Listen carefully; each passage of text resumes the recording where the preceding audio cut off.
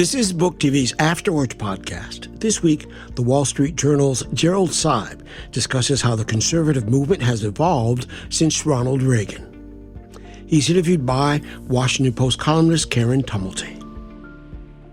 Thank you so much for joining us today for our conversation with Gerry Seib about his terrific new book, We Should Have Seen It Coming. And Gerry, I'd like to start with what was my personal favorite moment in the book, which is the first meeting between Donald Trump and Steve Bannon, who would become a very influential political strategist in his world, where he explains to Trump that he cannot, if he's thinking of running for president, can't do it as a traditional Republican. Can you describe this scene? Sure. First of all, thanks for having me. I was fascinated by that anecdote, too, because I had no sense of this. But one of the things you have to remember is that Donald Trump did not come as a bolt out of the blue. He'd been thinking for years about running for president, but he wasn't quite sure how, and he didn't really have an identity. Sometimes he was a Democrat, sometimes he was a Republican, sometimes he was an independent. He flirted with the idea of running in Ross Perot's Reform Party at one point. But by 2012, he was getting serious about it. And David Bossie, who's a conservative activist, hardline conservative activist, was a friend of Donald Trump's, and he decided to talk to him about running for president. And he took his friend Steve Bannon, who did not know Donald Trump at that point, up to New York to a meeting at Trump Tower to talk about this possibility. If Donald Trump's going to run as an outsider, how would he do it? David Bossie sits down with Steve Bannon and Donald Trump and says, well, here's the way you run as a traditional Reagan Republican, which was kind of the way almost all Republicans ran at that point. And Steve Bannon speaks up and says something different. He says, that's not going to work anymore. If you're going to run, you need to run as a populist. And he invoked Pat Buchanan and Ross Perot and basically said there's a new populist mood in the country.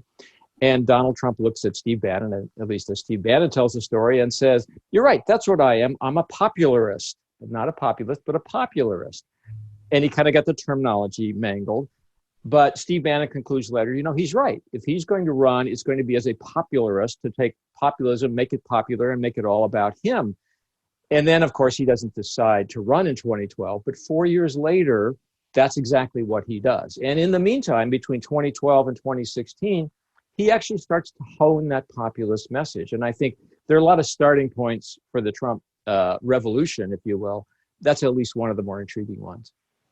I know it really is from the very beginning with Trump. It has been all about the ratings, hasn't it? Yeah, very much so. It is he does not have an ideology. I interviewed Newt Gingrich for the book a couple of times, and Newt Gingrich is fascinating and has a lot of insights into this period. The book tells the story of a 40-year period of the conservative revolution from Ronald Reagan, really in 1979, when he starts to run for president, to Donald Trump's arrival and where we are today. And Newt Gingrich has a lot of insights in that whole period. One of the things he said to me, though, is that Donald Trump is not a conservative. He's an anti-liberal, and he thinks a lot of liberal, thinking is nonsense. But he doesn't have a philosophy. He doesn't read the National Review, which is kind of the Bible of modern-day conservatism. He's an instinct player. And it is about him.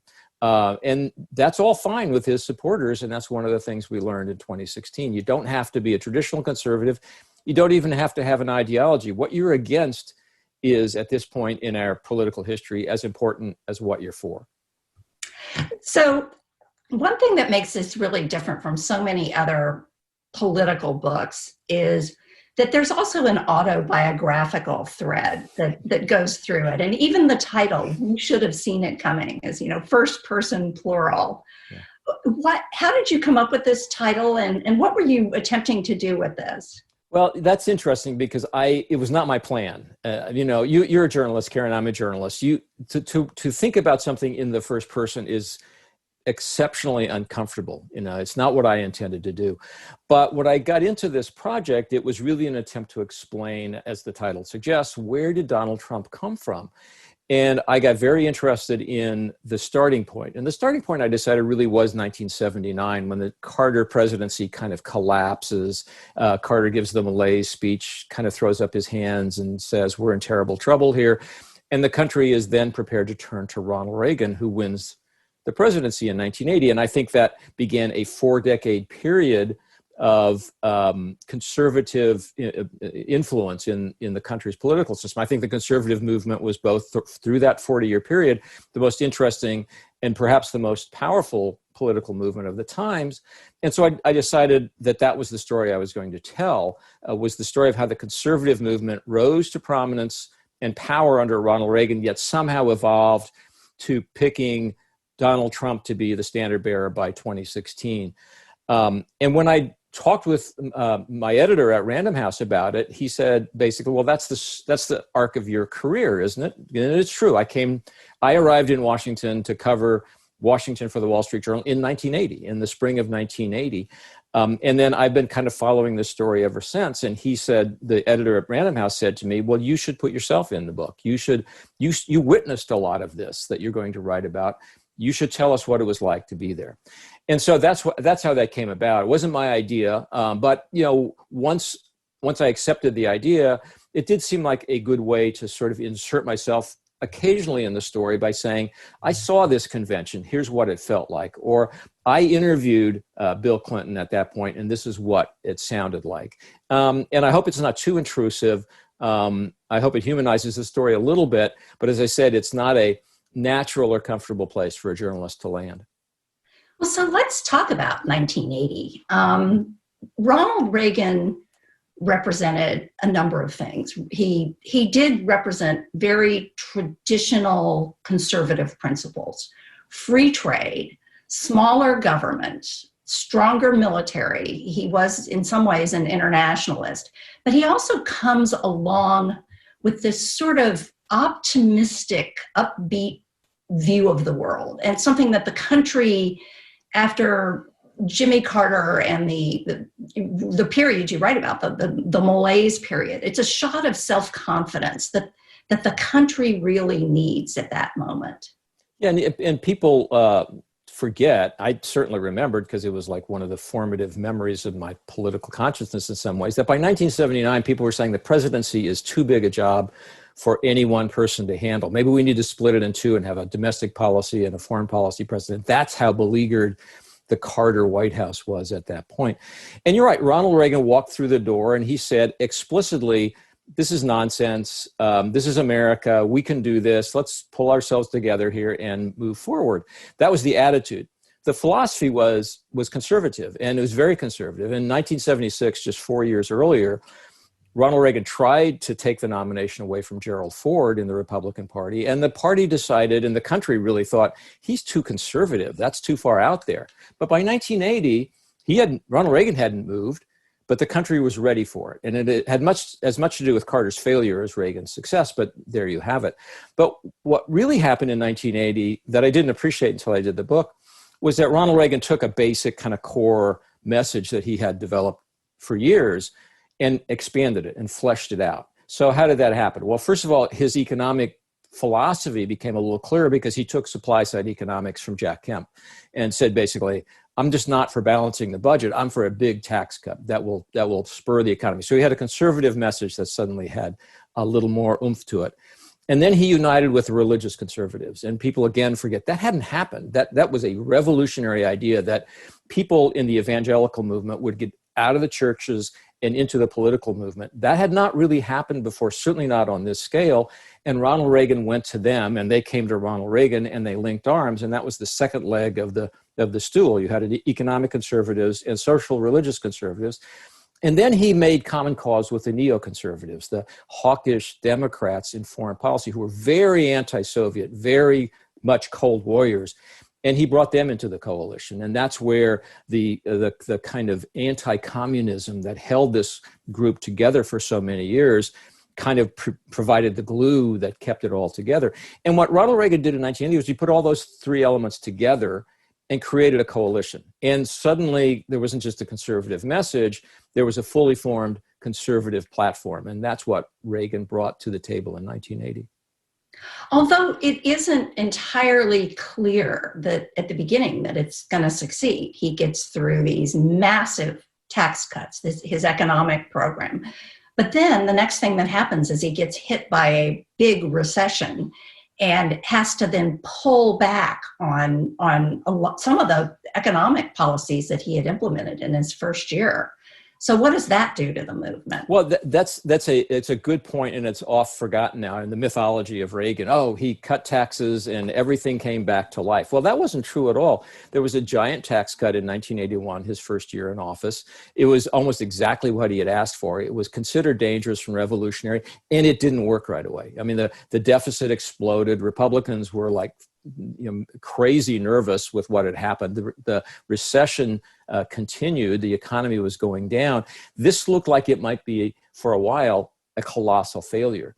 And in fact, so much so that in 1982, Republicans, more conventional conservatives, led by, among others, Bob Dole and Howard Baker, pushed through Congress a tax bill that took back some of those tax cuts because they were so worried about the deficits that were opening up. And then eventually the combination of deficit spending, frankly, because the government hadn't been cut much, and the tax cuts finally kicked in. And by 1982, things started to take off. But there was a period in which it looked as if this might be a riverboat gamble, as Howard Baker referred to it, that wasn't going to work, a riverboat gamble that would have gone bust. And it was not an instant success by any stretch of the imagination. Well, you also write about how at this time there was sort of a scaffolding, an infrastructure being built so that Reaganism would outlast Reagan. Could you talk a little bit about that? Those who were traveling with him on this road, and the establishment of, think tanks and outside organizations. Yeah, this is, again, Karen, as you know, when you do a book, you get the chance to look through the rearview mirror, and things are suddenly clearer that way than they are looking at the front windshield sometimes. And this is one of the things that I didn't appreciate at the time. I lived through it, but it happened so incrementally that I didn't really grasp it. When you go back and look, you realize that one of the things that happened in the first Reagan term in particular, but all through the Reagan years really, was the construction of a conservative infrastructure that could support the Reagan Revolution. And it didn't really exist. Liberals kind of had an infrastructure, think tanks and networks of supporters and money organization, activists, all through the New Deal era and beyond that supported what they were doing. Conservatives didn't have that, and they sort of created it. And so it took various forms. It took the form of, say, for example, Grover Norquist's Americans for Tax Reform, a new organization created at the behest, by the way, of the Reagan White House, which wanted a group out there in society somewhere to support our tax-cutting regimen and to lend some firepower from outside to support what we're doing. So that gets created. You have GOPAC, which was a very sleepy little organization that tried to recruit Republicans to run for state legislatures. Newt Gingrich takes it over and puts it on steroids, and all of a sudden you have a giant nationwide farm team of Republican conservatives being developed in state level offices, governorships, and House races, and they're all being fueled by Newt Gingrich's ideas. And can I just interrupt and describe the technology by which they are doing this? Because, I mean, I have long thought that the happiest coincidence in Newt Gingrich's entire political career was the fact that he and the C-SPAN cameras arrived in the House chamber at practically the same moment. So he's spreading his message through C-SPAN, but talk a little bit about the tapes. Well, yeah, I mean, Newt Gingrich had used two technologies that at the time were cutting edge. It seemed ridiculous now, but right. But one of them was, as you say, C-SPAN cameras. He figured out that if you showed up late afternoon on the floor of the House, the cameras were on and the C-SPAN was showing what was happening to the country, but there was nothing happening. So you step in, you fill the vacuum by giving what are called regular order speeches, and you start to basically spread the gospel because you have a ready-made platform that's available for you. So he does that. But he also uses cassette tapes, which just seems ridiculous now. But he figured out that there were all these Republican wannabes out there who wanted to be conservative Reagan foot soldiers, but they needed some instructions. They needed talking points, and they needed practical advice. So he figures out the way I can do this is I'll make cassette tape recordings of things Republicans should say and do and know. if they're going to run for office as conservatives. And he sends them out by the thousands across the country to grassroots young Republican politicians, by and large, who are meant to take the cassette tapes, put them in their cars when they're going from event to event, and listen to them. And they're basically getting how-to instructions and indoctrination from Newt Gingrich as they go through their days out in the campaign trail. And this turns a whole generation of young Republican conservatives into Newt Gingrich Republican conservatives who are all, basically playing by the same playbook. So Gingrich does all those things, right? And then at the same time, the NRA starts to become a more political organization, fueled on, ironically, by a Democrat, John Dingell, who was a outdoorsman, very much guns rights kind of Democrat who basically convinces the NRA they should defend gun rights, not just talk about, outdoor conservation and hunting and fishing. So that happens. And then I think crucially, the other organization that gets created in this period was the Federalist Society, which was, again, a completely novel idea, an organization of conservative legalists, lawyers and law professors, which is created to kind of just extend and spread the conservative legal gospel. But what it then turns out that it is an organization that is ready-made to recruit federal conservative judges. And so the Federalist Society is created during this incubator period, and it starts to recommend people and then promote conservatives who are nominated to be judges, federal and state judges. And now where we live today, the Federalist Society is the most important force pushing conservative judges onto federal benches and the Supreme Court in all of Washington. And it is basically running that part of the operation for the Trump White House and to some extent for Mitch McConnell, the Republican leader in the Senate. And all that started during the Reagan years. And then you have another sort of funny story of the creation of the Heritage Foundation in essentially Lynn Nofziger's office. Yeah, this is again, things that were going on beneath right under your nose you didn't know at the time. But there was a sense early on, and this was actually just before the Reagan years in the late 70s. Some people had a sense there needed to be a conservative machine in Washington to counter what was seen as the liberal machine. And one of the people who was interested in doing this was Joseph Coors, who was the Coors beer magnate from out in Colorado, very conservative, very interested in figuring out how to assert himself. And so he sends a letter to a Colorado senator saying, I'm going to come to town. I would like to talk about how to spend some money to spread the conservative gospel. And he has in mind probably giving a big check to the American Enterprise Institute, which was the one notable conservative think tank at the time. This letter, though, is intercepted, and Ed Fulner, among a couple of other people, is aware of this Coors trip. And so he basically hijacks the trip and arranges to meet with Joseph Coors and says, I've got a better idea. We should have a very aggressive, small, kind of Green Beret kind of conservative think tank in Washington that doesn't just put out white papers that people read and then put on their shelf, but that is out there creating action. And so he arranges to have a meeting with Joseph Coors to talk about this idea.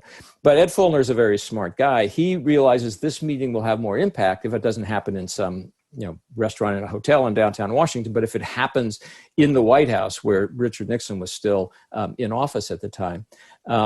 And Lynn Nofziger, who was a like-minded conservative from California, was working in the White House. So they arrange for this meeting to be held in Lynn Nofziger's office in the old executive office building to impress Joseph Coors.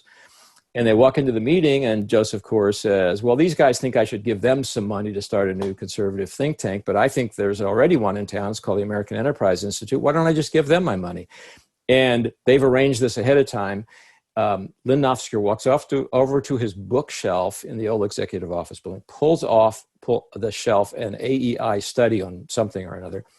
He blows dust off of it, which is put on the study ahead of time to show that it's been sitting on my shelf, gathering dust for these many weeks and months, blows it off, and he says, this is what we do with AEI studies here. They just go on the bookshelf and they gather dust. You should give money to these guys. So Joseph Coors cuts a check to Ed Fulner. He goes out, he rents a townhouse on Capitol Hill, and the Heritage Foundation is born. And it gets its name because one of Ed's partners is walking through his neighborhood in Fairfax County, Virginia, suburban Washington, and they're trying to figure out what to call it. And he sees a group of housing division that's called the Heritage Homes. He says, well, that would be a nice name. So they call it the Heritage Foundation. And as they say, the rest is history. It is now a giant multi-million dollar a year conservative think tank. It drove the Reagan agenda, and it's still active today. And it had its seeds in this period when conservatives thought they had to bulk up, if you will. But another thing that you see happen over the 1980s, and especially the late 1980s going into the 90s, is that the language of politics begins to shift. It becomes a much rougher, darker kind of lingo that people are using. In part, Newt Gingrich, is a leader in this, sort of coaching his acolytes on the way they should be framing these things. Yeah, and that's, I think, a big change, and it is driven by Newt Gingrich more than anybody else. Ronald Reagan had a kind of, aw shucks quality about him. It was, he would set his jaw sometimes and get angry and talk about welfare moms and things like that. But it didn't really last, and people didn't think of Ronald Reagan as a fighter in the personal sense. Excuse me. They thought of him as the kind of guy who, famously would go out and have a beer with the Democratic Speaker of the House, Tip O'Neill, after the day was over. That's a little bit exaggerated, but he was a kind of a Republican who wanted to get along with everybody and was basically liked even by people who thought he was shallow and a warmonger. Newt Gingrich arrived and said, conservatives and Republicans have been way too content for way too long to be the minority party. We've accepted that. We're kind of meek. We just sort of shuffle along and go along with the Democratic majority in Congress. And it's time for that to end. These people have taken advantage of us. They've held us down. We're going to fight them. And so he starts to basically develop a much more pugilistic style. And this happens in particular when Newt Gingrich decides to go after Jim Wright, who was then the Democratic Speaker of the House, and sets out to take him down, and does so by accusing him of ethical shortcomings, and particularly ethical crimes associated with a book that he had written, for which he was getting the proceeds from bulk sales that were being arranged by his office, basically political profiteering, if you will. And so he goes out and uses the C-SPAN time that we talked about earlier every day to go after Jim Wright and the Democrats in very harsh terms, and basically turns the tenor of the conversation in Washington in a different direction.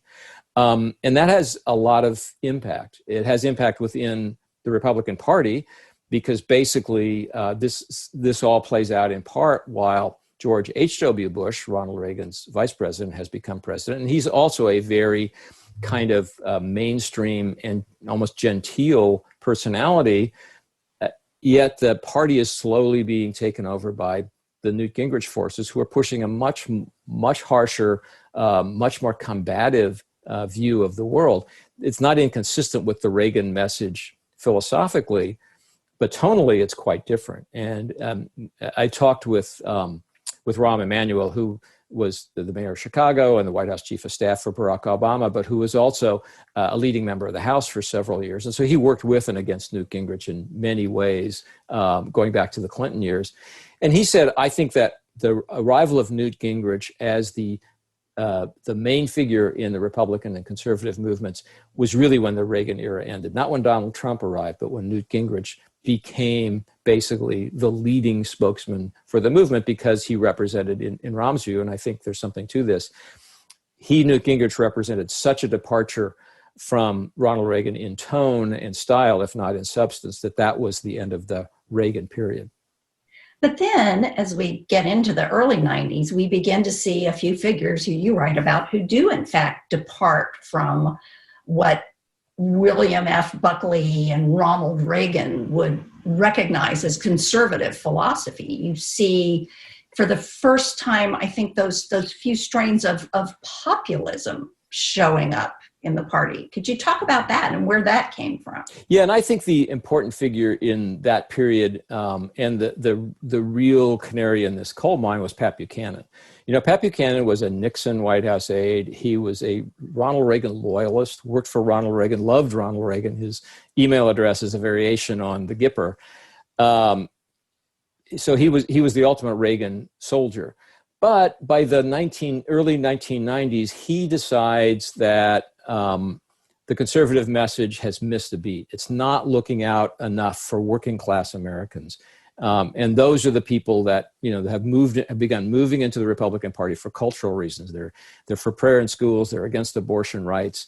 They don't like liberals. And so they're moving into the Republican Party. And Pat Buchanan thinks they are being hurt by our economic message. We have a free trade message, but we're closing down factories so they can move to Mexico. And we have to stop that. And immigrants are moving in and if not taking their jobs, driving down their wages. And we have to stop that too. And so he begins, and Pat is quite eloquent about this. He says, I began to develop a different view of what conservatism really is and should be. And it was very much early Donald Trump. It's anti-free trade, anti-NAFTA, the North American Free Trade Agreement. It's very much anti-immigration. It's anti-imports from abroad. It's pro-American. It's let's promote American industry. Let's have an industrial policy. These are all basically heresies to traditional conservatives, and Pat Buchanan begins pushing them, and he pushes them very hard when he runs for president in 92 and then again in 96. And at that point, he's a minority figure, and he's kind of dismissed as a cultural warrior because he's also very much pushing the agenda of the religious right at the same time. And so I think a lot of people in our business dismissed him as nothing but a cultural warrior, somebody who was pushing a right-wing cultural social agenda. When in fact, I think the importance of Pat Buchanan was the economic message that he was pushing. And it is from that point, and I think the 92 campaign, when Pat Buchanan mounted a fairly serious run for president and really hurt George H.W. Bush, the incumbent of the Republican Party who was running for re-election then, really hurts him in that campaign. But you can draw a straight line from that Buchanan campaign in 1992 to Donald Trump in 2016. In fact, Bill McInturff, who's a Republican pollster who does polling for us at the Wall Street Journal with our NBC News partners, said to me at one point, Donald Trump is just Pat Buchanan with his own airplane. That's how similar the messages are. So that, to me, is the first sign that there is not only a movement within the Republican Party that's turning more populist and nationalist, but also the potential for a spokesman to crystallize that movement. And Pat Buchanan was just a little ahead of his time, I think. But around that same time, we also see the emergence of the celebrity billionaire Washington outsider as well. Talk a little bit about, Ross Perot and where does he come in with all this? Well, Ross Perot, he really was Donald Trump before Donald Trump. So he's a billionaire businessman, right? Check that box. He's very much a loner and an independent person who has no real political connections at all. So check that box off. He's kind of a little paranoid and a little conspiracy minded. So you can check that box off.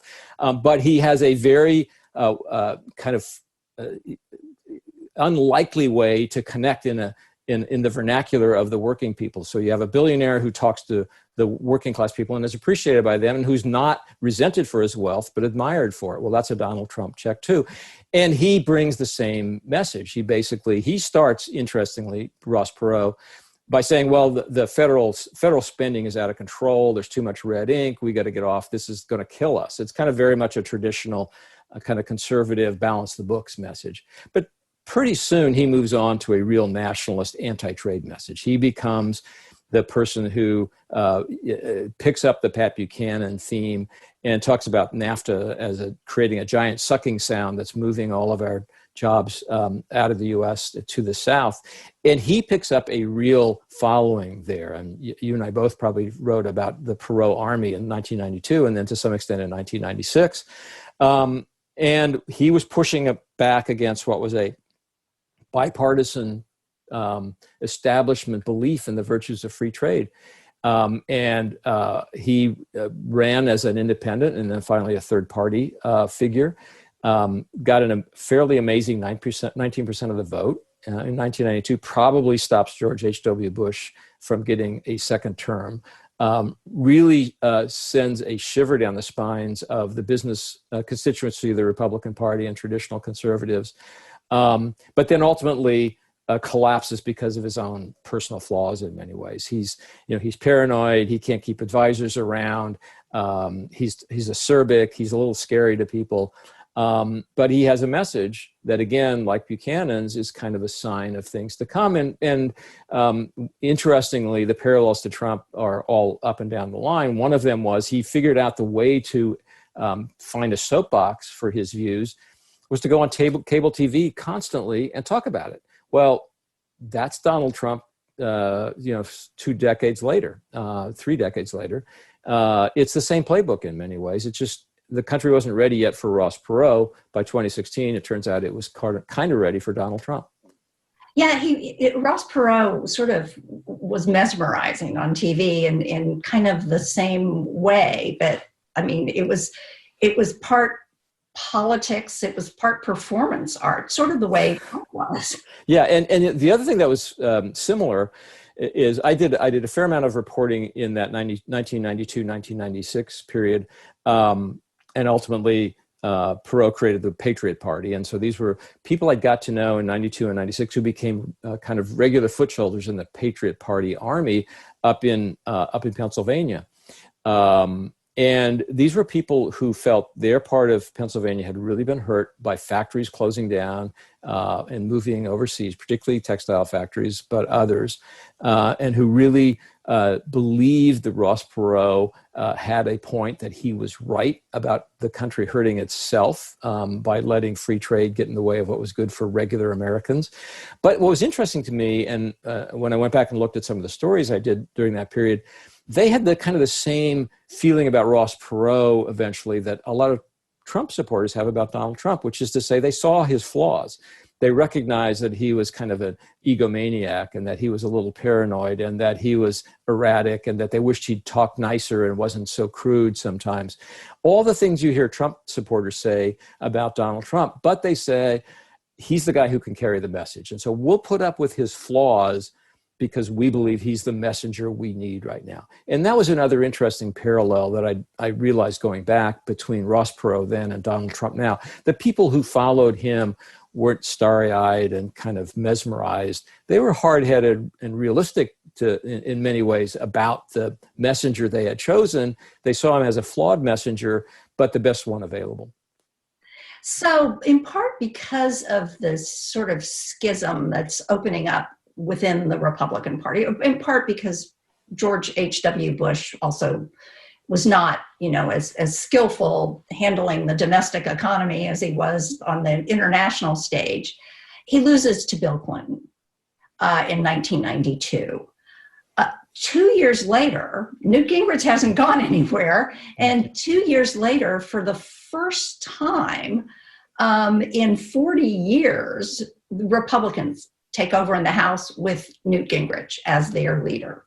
And the Gingrich proposition, the very firmly held Gingrich belief at that point was that there was, and the Reagan had proved there was, a potential conservative majority in the country. And that by all rights, Republicans should be in control of the House, if not the House and the Senate.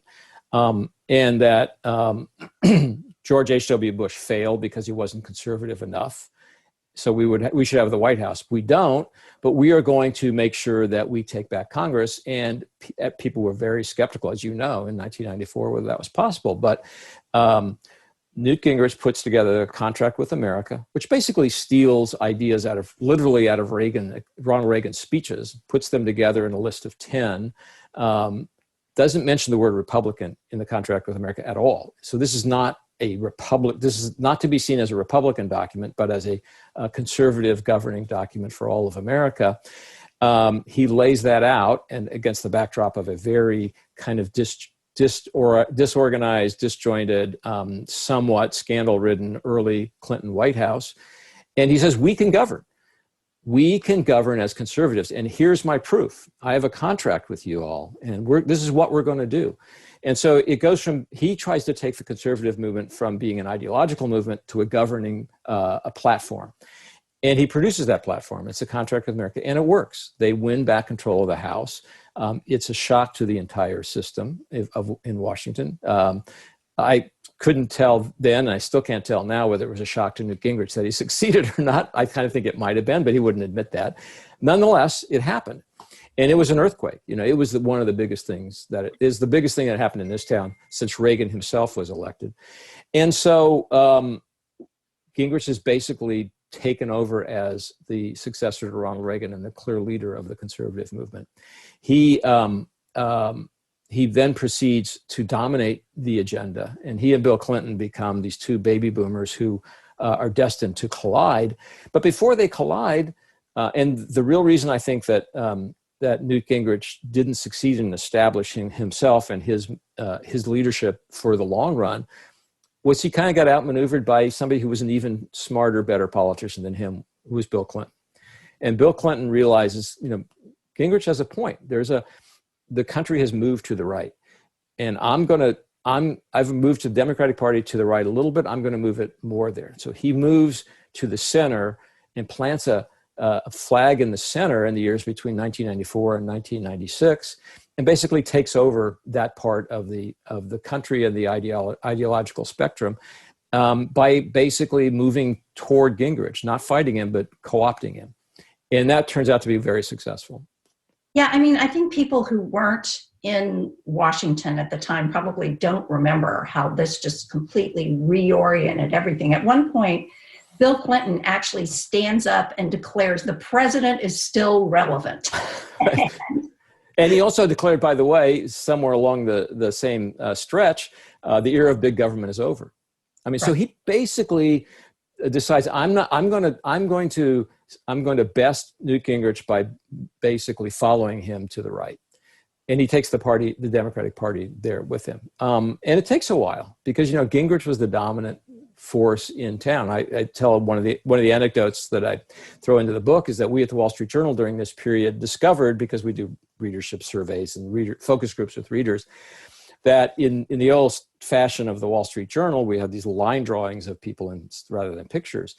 And if you put the name Gingrich in a headline and put a little line drawing of Newt Gingrich embedded in a story, the readership of that story immediately shot up. He was that fascinating to people, that mesmerizing. Even people who hated Newt Gingrich were fascinated by him. And he had that. All that power at his disposal. And to some extent, he was co-opted by Clinton, and to some extent, he squandered it by just basically wearing people out and overdoing it, essentially. Well, so yeah, he overreaches by basically 2 back-to-back government shutdowns that the Republicans got all the blame for.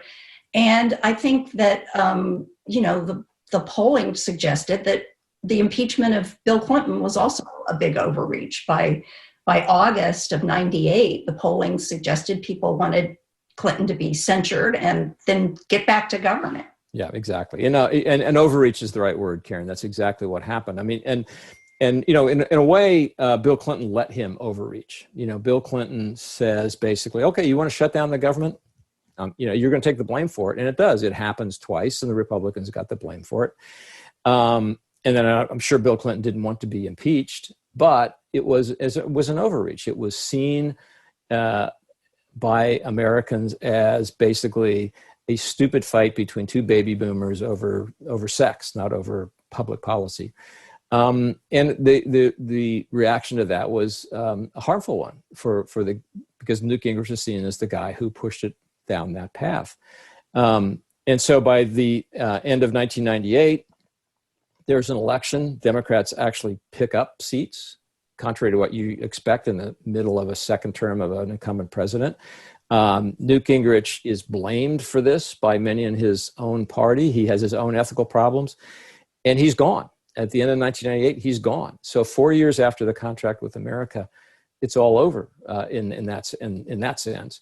And Newt Gingrich is sitting down in his home district in Georgia, and Bill Clinton's still in the White House, and his popularity is going up. And Newt Gingrich says to somebody, I quote in the book, he's quoted as saying, so Bill Clinton broke the law and perjured himself, and he's in Washington in the White House, and I'm down here. What happened? Well, that's what happened. So.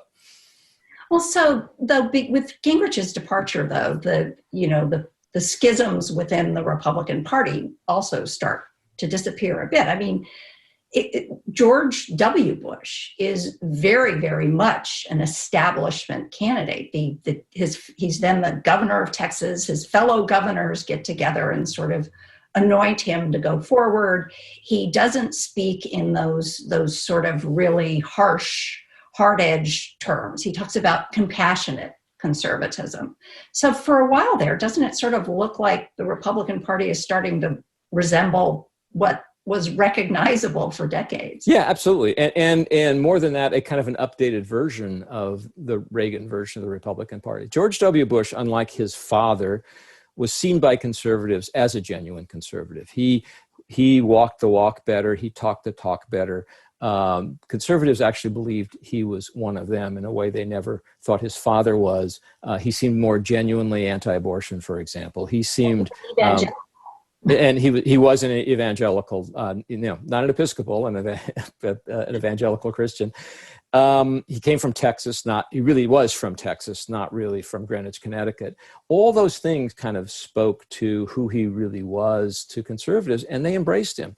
And interestingly, I think one of the things I came to appreciate George W. Bush a little bit more in retrospect, because he came into office wanting to basically update the conservative message. Compassionate conservatism wasn't just a catchphrase, it was that, but it was more than that. It was an idea that conservatives need to just not be kind of in an ivory tower with a bunch of philosophies they got out of the pages of National Review.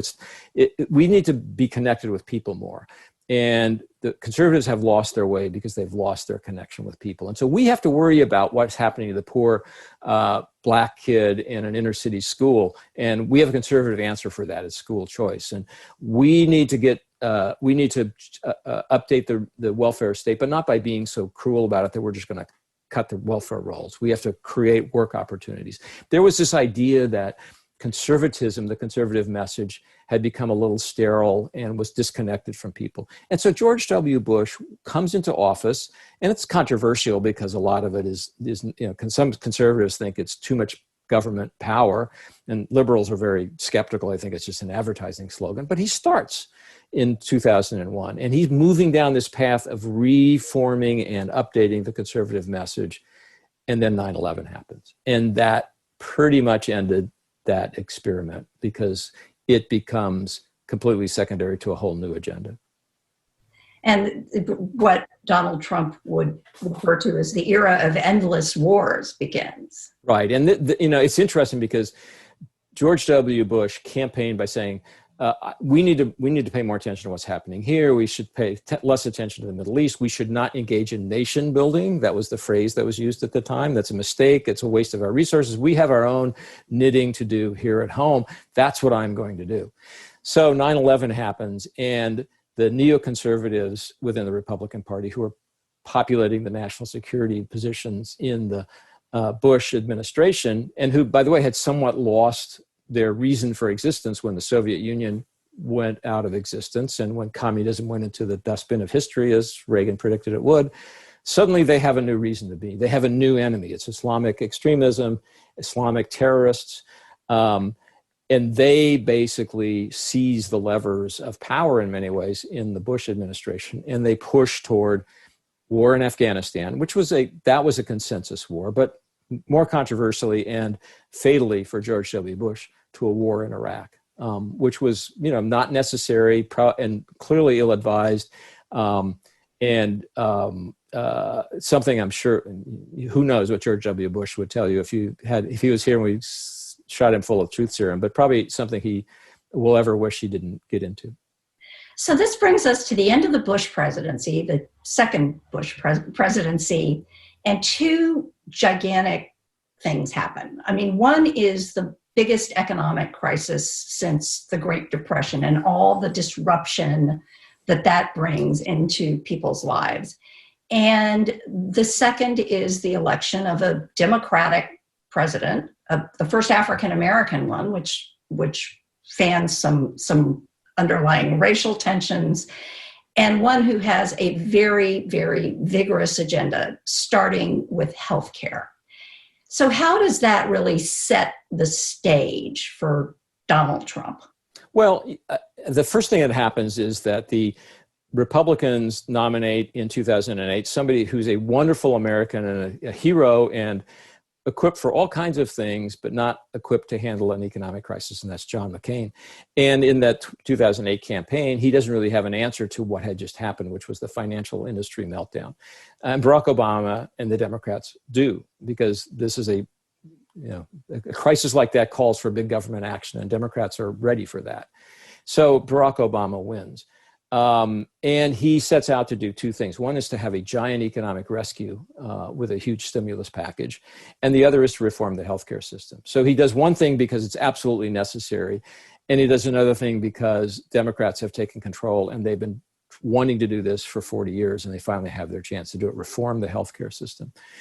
He sets out to do both at the same time. And by the way, does not deal with the immigration problem because that's just more than the traffic would bear. Well, all those things are kind of fateful decisions.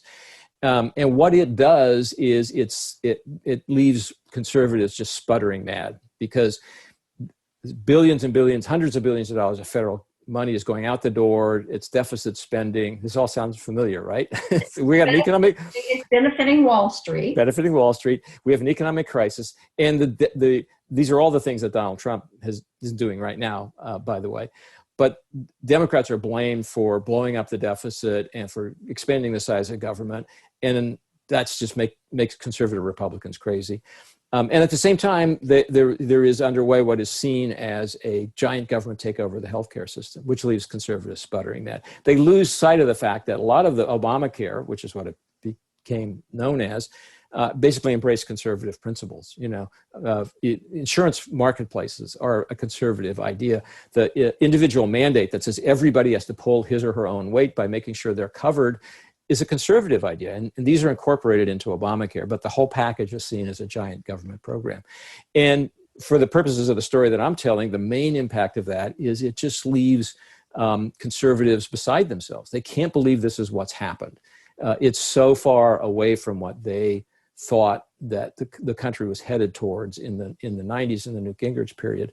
And there's certainly a racial overlay to this. They cannot see Barack Obama as an entirely legitimate president. And it basically leaves the congressional Republican leadership sets out to, more than anything else, just make sure Barack Obama is not a two-term president. So the party tries doing what it always does. They nominate the next guy in line, Mitt Romney, traditional Republican in so many ways, except he also does a little bit of sort of tickling the immigration issue. And when so many of them thought he was going to win, and then when he loses, the Republican Party commissions what's now known as the autopsy, and they decide we have to become a more forward-thinking, inclusive party. We've got to bring in Hispanics and be friendlier to women. And Donald Trump is sitting there up in Trump Tower 6 days after the election, filling out the paperwork to trademark the phrase, "Make America Great Again." Right. Very backward looking and really looking back at a white America, essentially. What is he seeing that they're not seeing? Well, so you have to remember that in the meantime, in 2009, 2010, the Tea Party erupts, which is a real populist movement. It basically says, we are tired of the government bailing out guys on Wall Street and investment banks and people who overspend on big oversized houses. I'm not getting anything. I lost my job. I lost my house. They're all getting bailed out. It's a genuinely angry populist uprising. But Republicans try to harness the power of that without really adapting to it. And so they nominate Mitt Romney, who's a wonderful guy and a great person and a great American, but maybe the least populist person you can think of, to be the standard bearer in 2012. And as you say, he tickles the anti-immigration sentiment to some extent, and he loses. And again, Republicans are sputtering mad. They thought 2012 was a winnable election, that Barack Obama should have been beaten, and he wasn't, and it makes them crazy. And then the conservative movement, the Republican Party, at that point, as you suggest, hit the fork in the road, the big fork in the road. Where do we go from here? The party establishment says, let's go this direction. Let's say we need to be more inclusive. We need to be friendlier to Hispanics. We need to get more Hispanics votes because the demography of the country is changing. We need to have a more soothing message on immigration. We need to have comprehensive immigration reform. That's the path toward changing our message to adapt. And Donald Trump arrives with a few others, Laura Ingraham among them, some others, and says the exact opposite. Says, nope, that is wrong. We should go this way. We should become not more inclusive, more friendly to immigration. We should go back to a more basic, it's almost 1950s style message that says we're going to make America great again.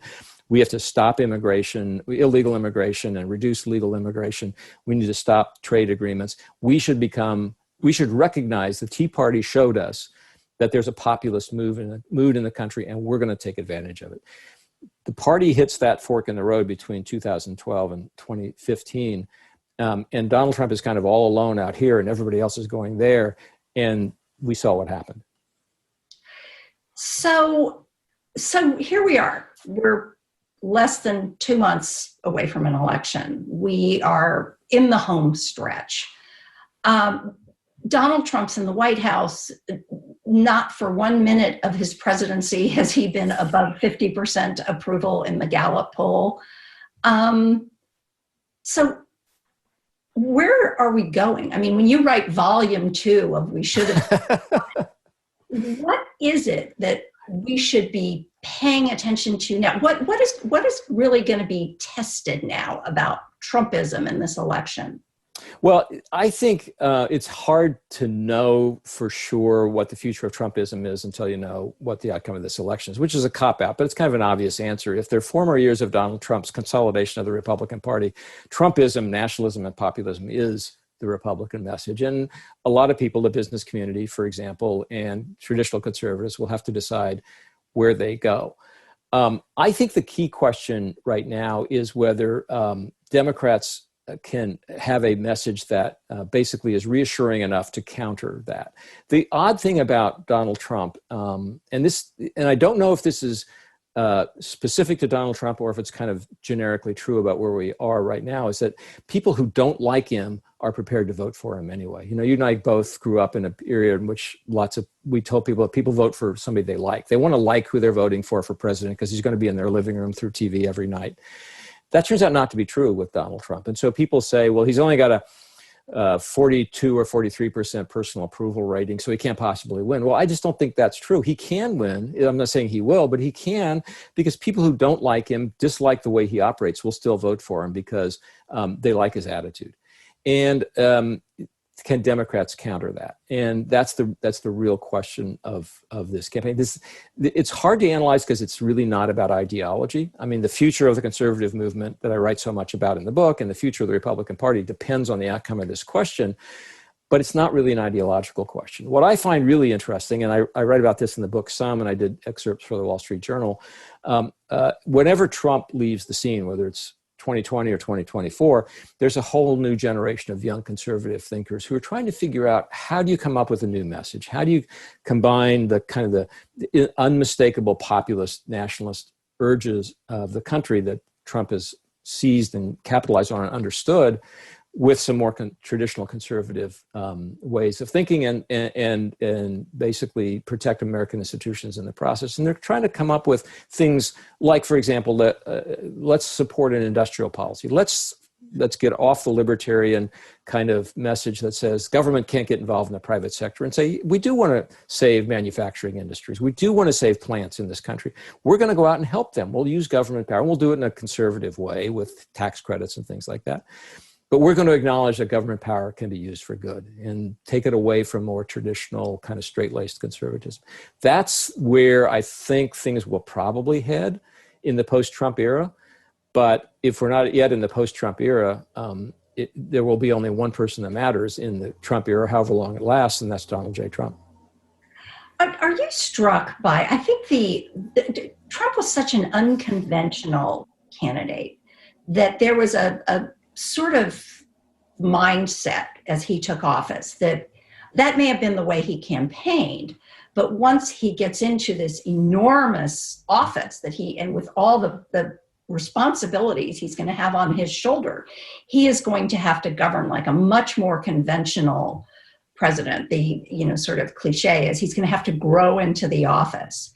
But he's very much the same person as was running in 2016. Does that surprise you? Very much so. And, I was like many others, I was wrong about many things about Trumpism.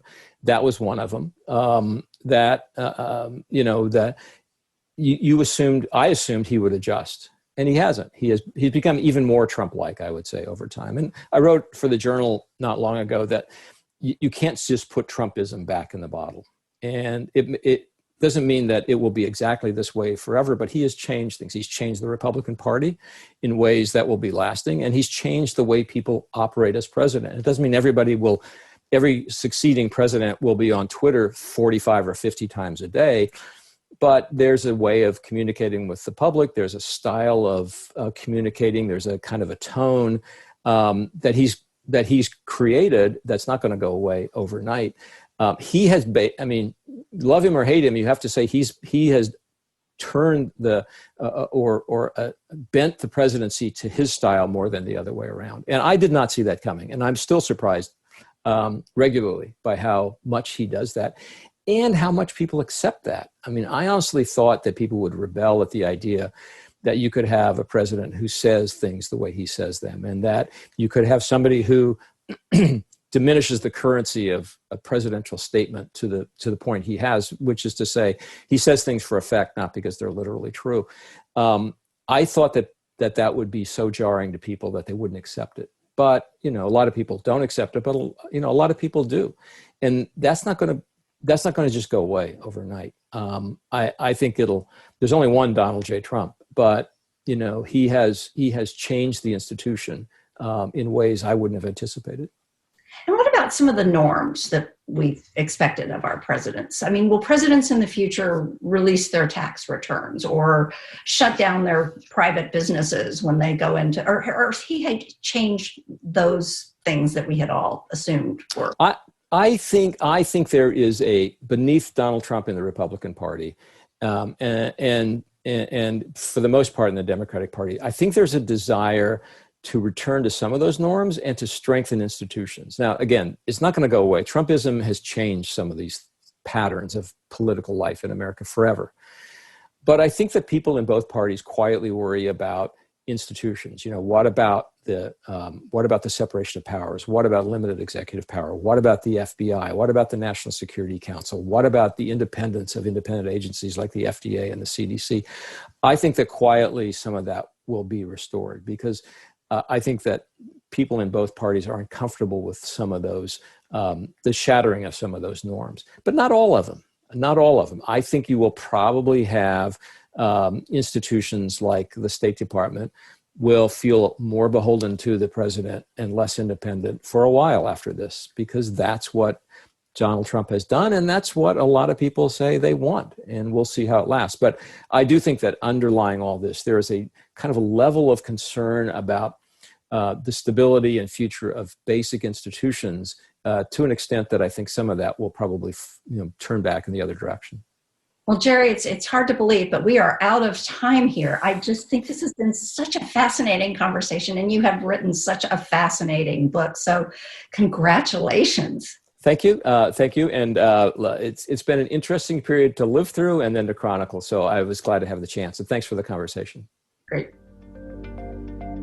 Thanks for listening to this week's Afterwards podcast. Subscribe, rate, and review us wherever you get your podcasts. Send us an email at podcasts@c-span.org.